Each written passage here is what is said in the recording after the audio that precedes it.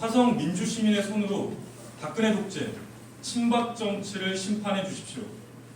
화성이 키워낸 40대 기수, 저 홍성규와 함께 정치를 확 바꿔주십시오.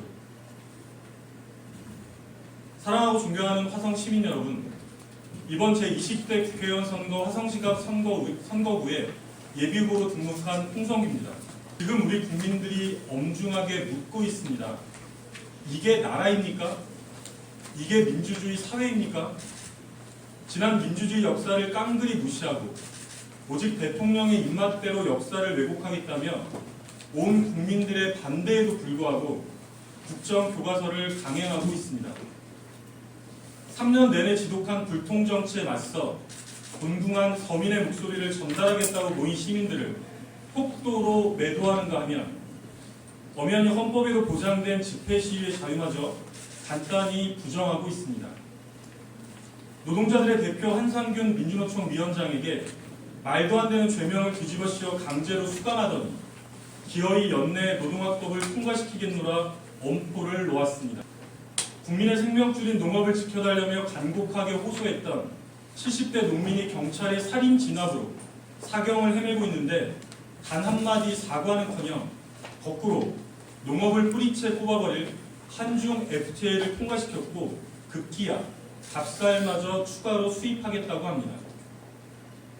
우리 청년들은 또 어떻습니까?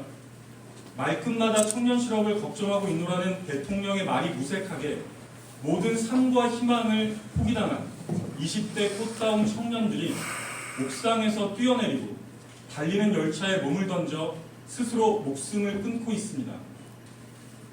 무려 40년의 역사를 거슬러 올라 박정희 유신독재 시절과 똑같다고 이야기합니다.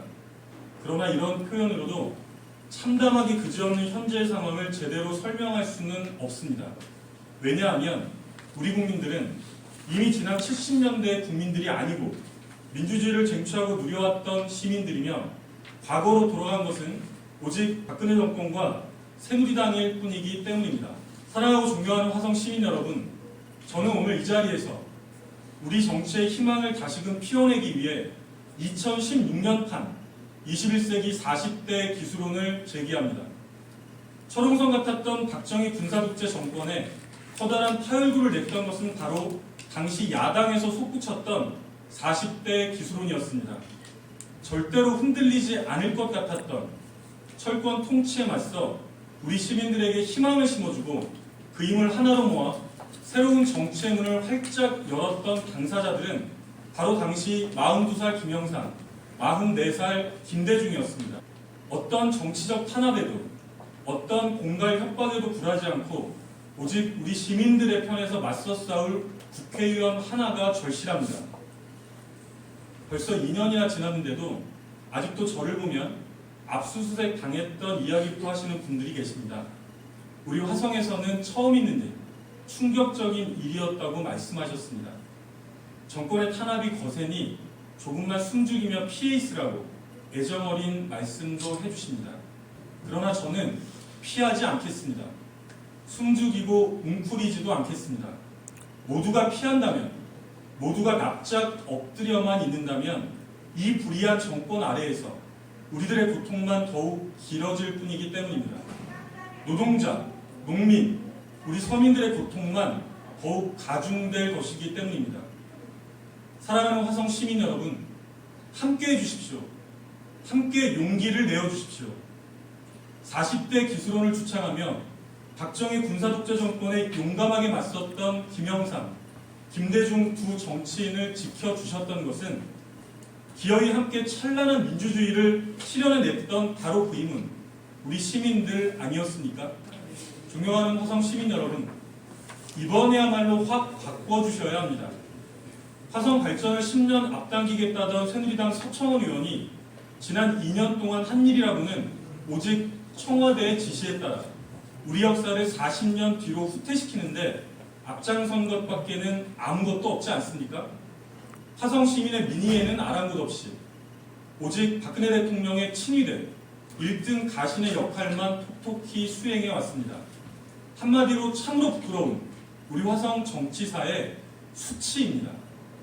그랬던 원조 부정부패 비리 철새 정치인 서청원 의원은 다시 재출마를 사실상 공언하고 있습니다. 아니, 대통령만 보좌하겠다면, 대통령의 심기만 경호하겠다면 굳이 국회의원이 될 이유도 없지 않습니까? 대통령의 임명을 받아 청와대로 가든지 아니면 행정부에서 일을 하면 될 것입니다. 그럼에도 다시 국회의원에 출마하겠다는 것은 우리 화성 시민을 기망하고 모독하는 일일 따름입니다. 대통령과 행정부의 전횡을 견제하고 바로잡는 것이야말로 국회의 고유한 기능입니다. 국회의원은 오직 시민의 뜻을 대변해야 합니다. 이제 화성이 낳아주고 키워준 저 홍성규와 함께 앞으로도 계속 끝까지 우리 화성 시민들과 동고동락할 저 홍성규와 함께 우리 화성의 새로운 정치를 열어주십시오.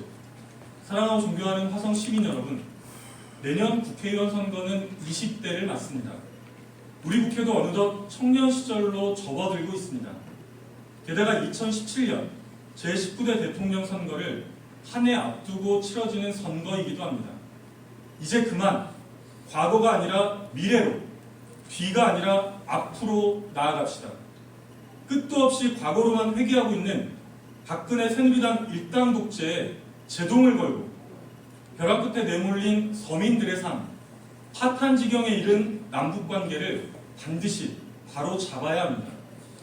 수도권 진보정치, 서민정치의 새로운 중심지 바로 이곳 화성에서부터 그 희망을 싹 틔워주십시오. 우리 화성 시민들의 손으로부터 새로운 변화를 일구어 주십시오. 감사합니다.